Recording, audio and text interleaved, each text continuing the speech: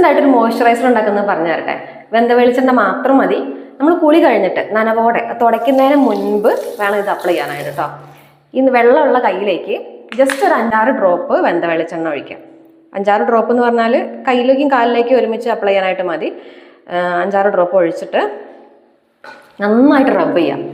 ഇത് നമ്മൾ കയ്യിലും കാലിലൊക്കെ വര ഇട്ട് കഴിഞ്ഞാൽ, നരം തട്ടി കഴിഞ്ഞാൽ വൈറ്റ് ലൈന് വരുന്ന ആൾക്കാർ, അതുപോലെ തന്നെ എണ്ണ അപ്ലൈ ചെയ്യാൻ ഇഷ്ടമല്ലാത്തവർ, എണ്ണ അപ്ലൈ ചെയ്താലും സമയമില്ലാത്തവർ, സിന്തറ്റിക് കെമിക്കൽസ് യൂസ് ചെയ്യാൻ ഇഷ്ടമില്ലാത്തവർക്കൊക്കെ ഈ ടെക്നിക്ക് യൂസ് ചെയ്യാം.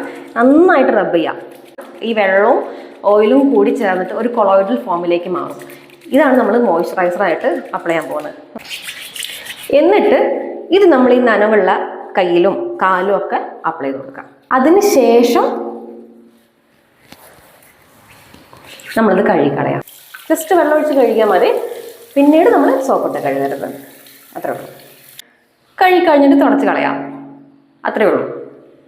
ഇതുപോലുള്ള ബ്യൂട്ടി ടിപ്സ് അറിയാൻ ആഗ്രഹം ഉണ്ടെങ്കിൽ ജസ്റ്റ് ഒന്ന് യെസ് എന്ന് കമൻറ്റ് ചെയ്യാം.